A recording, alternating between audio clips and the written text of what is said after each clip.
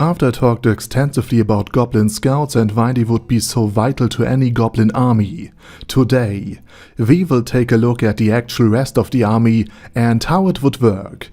And we will start right where I left off. The Goblin Scouts now have thoroughly investigated an entire kingdom, which has been deemed right for the taking.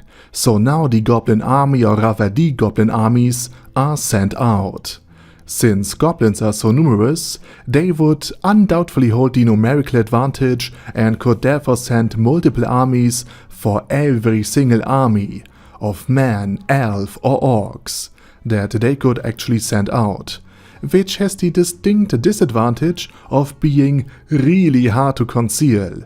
So the target nation would now know that a goblin force is on its way to conquer their own lands, which in turn would necessitate a way of still surprising or at least outmaneuvering the enemy troops. Oh, and one thing I should make pretty clear from the beginning is that goblins would have very little in the way of actual body armor. Not because a goblin could not make use of full plate armor or not move in it, since it is surprisingly light, weighing somewhere between 10 and 25 kilograms for an adult human.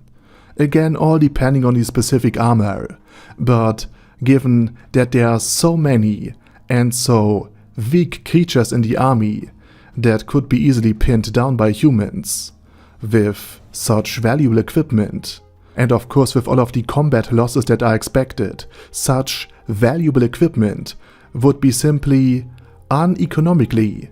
Most goblin infantry would indeed wield a shield, a spear, and perhaps a blunt weapon to deal with enemy armor. Which finally brings us to the first unit, the Skirmishers, either organized in small groups of 5 to 20 goblins and mounted on wolf, donkey, mule, horse, or perhaps goatback, or simply walking on foot, especially through very dense forests or in very difficult to traverse terrain. These skirmishers would then sack remote villages, ambush patrols and trade caravans, and generally flood the enemy's command structure with news about where goblins appeared again and again and again. Because these skirmishers are meant to be seen, for if you can't conceal your presence, just announce it everywhere.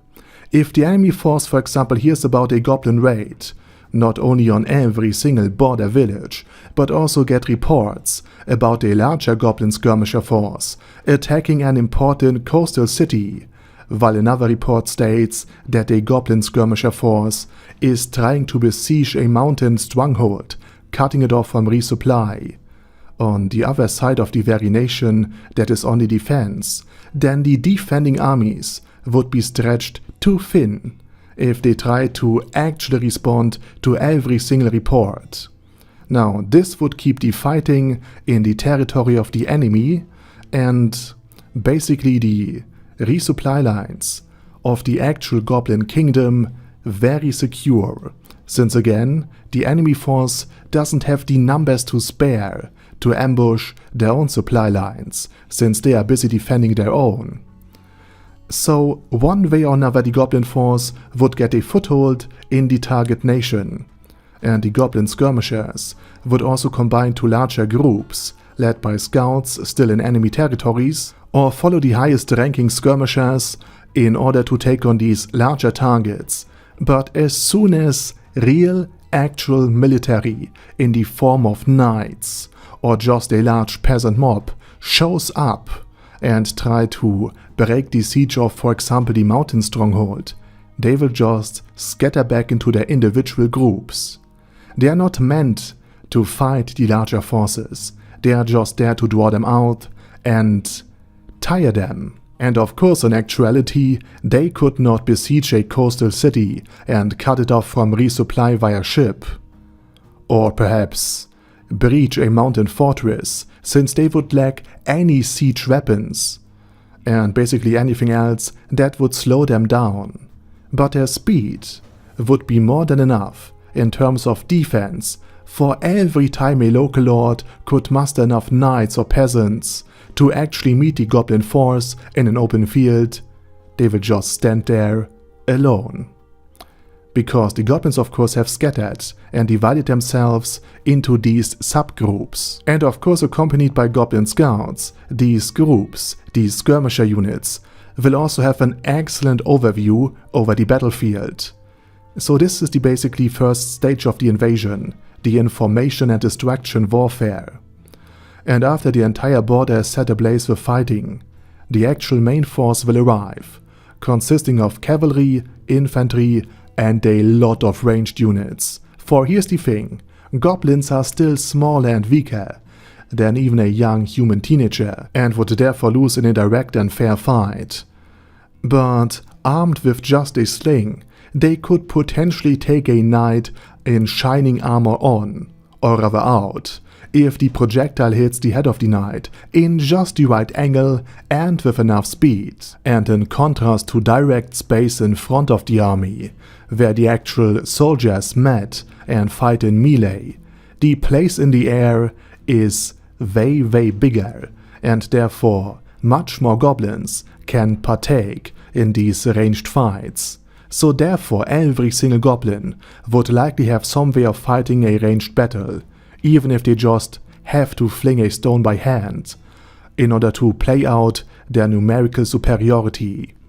And the most vital among these ranged units would be the goblin crossbowmen, simply because crossbows take the projectile's power, not from the strength of a strong arm that has to put the strength, the tension, into the bow before releasing the arrow, but from the relatively slow reloading process of the crossbow, meaning as long as the goblins are actually strong enough to load their own crossbows, they can unleash a devastating hail of bolts that could punch through chainmail or gambeson. Simply speaking, the crossbows would unleash a hail of bolts that could decimate entire units before they are even able to reach the front line of the goblins, and therefore play out their own bodily physically superiority. But what if this does not happen, or not happen fast enough? Well, the crossbowmen would be very quick to withdraw once an enemy comes near them, not because the goblins themselves are particularly valuable, but because their crossbows are. In their place would now stand the goblin infantry, and since goblins are again relatively small and weak compared to even a human, not to mention an orc or dwarf, they would need a way to support each other, and this will be done via weapon range. Things like swords would likely not be wielded by the goblin infantry since A. the metal is too valuable, and B. the range is just not enough. Instead, the goblins would employ a phalanx strategy. Long spears would be used to fight off the enemy infantry, and preferably just hold them at a considerable distance. Since again goblins are smaller than men, they could also bring more spears into a given area, in order to hold off the enemy infantry even better. Now granted, they would not be able to thrust through full plate armor, chainmail or gambeson, unless they hit a weak spot. But the goblin infantry are not so much meant as to kill the enemy's combatants in close quarters combat, as they are meant to slow them down, tire them out, and keep them in their place, so that the rest of the goblin units could do their job. But of course this would not rule out that occasionally a spear would go straight through an enemy's eye or visor, or something like that. Also, it is very likely that the goblins will try to make their life worth as many soldiers as possible. And since 1 would be a very good number already, I would also say that the goblins would use poisonous substances on their weapons in abundance. Anything from snake venom to poisonous mushrooms to poison dart frogs to their own manure would do the job, as long as it enhances the deadliness of their very weapons. For while the goblins could lose 2 or 3 armies and still be winning, a single Pyrrhic victory of the enemy could spare the end of an entire kingdom. Which also brings us to the cavalry of the goblins, which might be just the classical wolf riders. but wolves are expensive in their upkeep, since they require meat, which skirmishers can actually get away with because they are meant to sack farms and kill livestock, and of course human traders and ambush patrols, so they have a source of meat. However, the Goblin Army isn't fighting every single week or so, so wolf riders in the actual army would be a rarity, if they of course exist at all, because a big hungry wolf and a small weak goblin might not be the best of combinations, although if you raise the dogs from, or rather the wolf pups from birth, they could stay loyal, with a certain consistency. After all, domesticated wolves could be a thing among goblins, just like we domesticated wolves and they eventually became dogs. So all I'm saying is that while I like the idea of goblin riding wolves like in Warhammer, chances are they will simply use donkeys or mules, the very animals that could also double as pack animals and that can simply subside on the local vegetation. And again, these cavalry units would likely fight like the Mongols, except instead of using bows, they might use slingers or poison darts or anything else that could be actually fired from donkey back and that does not rely solely on the strength of the goblin. Alternatively, they could still be equipped with crossbows, ride to an advantageous position and then simply dismount, unleash their crossbow bolts, reload, unleash them again, reload, and as soon as the enemy comes near them, they would get back on the back of their pack animal and just try to get away, likely while other riders would cover them. And while a donkey or mule doesn't sound particularly frightening, the ability to scramble any eggs as long as the groin area is hit with one of their kicks is still a constant threat to any soldier. However, all of these units will have one great disadvantage. They would struggle to penetrate the full plate armor of a knight, especially if the knight has a shield, as he frankly should have, because this is warfare and you want to protect yourself. Then the numerous rocks, the crossbow bolts and the arrows that some other units could unleash would not be all that effective.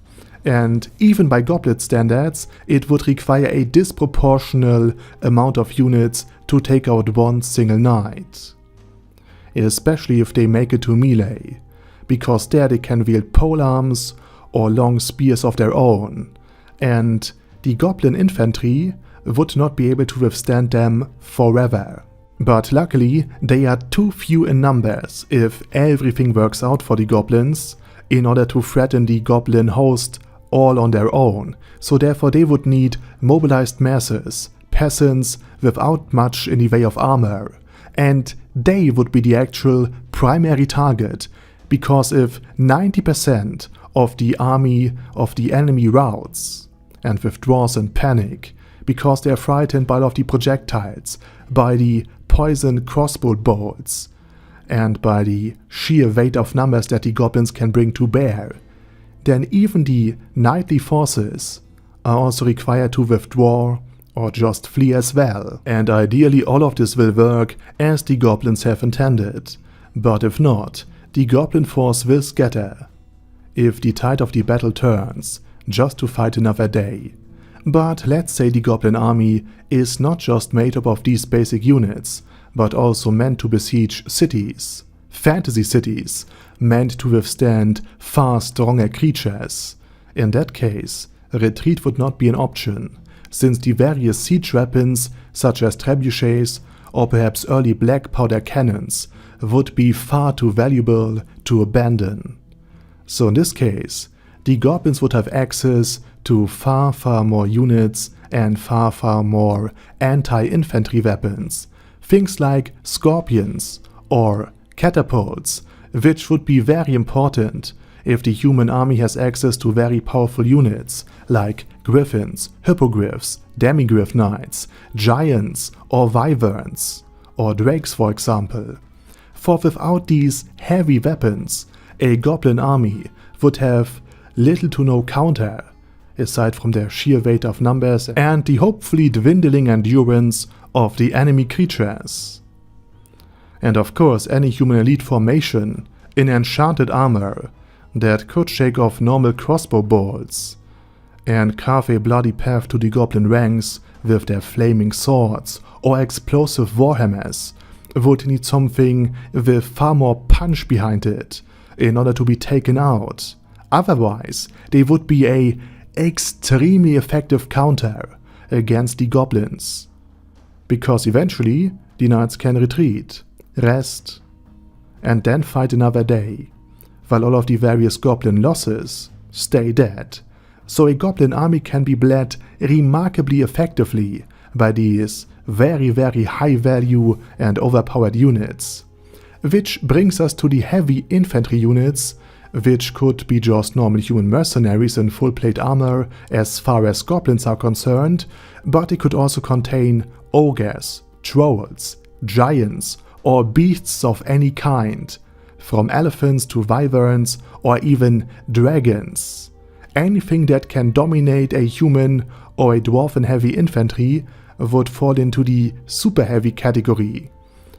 And it could indeed be that goblins, once victorious, don't just take over all of the land and just exterminate all of the humans, all of the orcs, or any other creatures there, but would rather ensure that small tributary states of ogres, orcs, humans, or trolls would be kept around, so that they can recruit heavy infantry from there.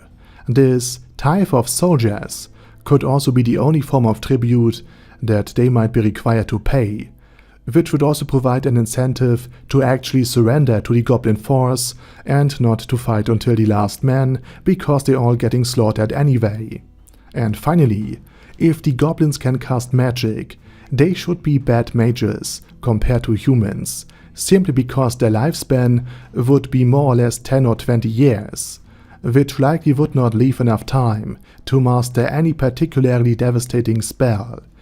And therefore any goblin casters would stick to easy to learn spells, meaning that a very magical creature, such as elves, could perhaps exploit this weakness by teleporting on a favorable position, unleashing 100 fireballs upon the enemy camp, and then simply disappear by teleporting away.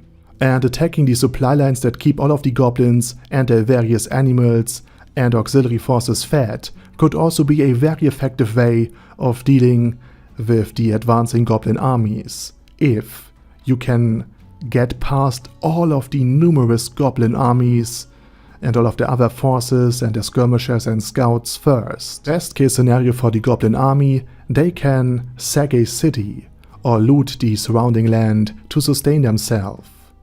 Worst case scenario, they have to first slaughter all of their pack animals, all of their horses, all of their mules, all of their goats, and then abandon whatever equipment they can't carry back to the goblin kingdom. However, this would also be a very dangerous position to find oneself in, because now, without the means of quickly traveling and traversing the terrain of at least part of the army, without the means to send out advanced scouts on horseback or goatback in the case of more mountainous terrain, the goblins would be very easy to actually pick apart and destroy by an organized force that has prepared for this very scenario. And finally, if the goblins could be outranged and outrun, for example by Minotaur archers, then the goblin army's vast numerical superiority could be bled out with relatively few losses on the side of the defenders. And with that said, I will end this video. What do you think about my take on realistic goblin armies? Let me know it down in the comment section. And while you type, I say thank you very much for watching and have a nice day.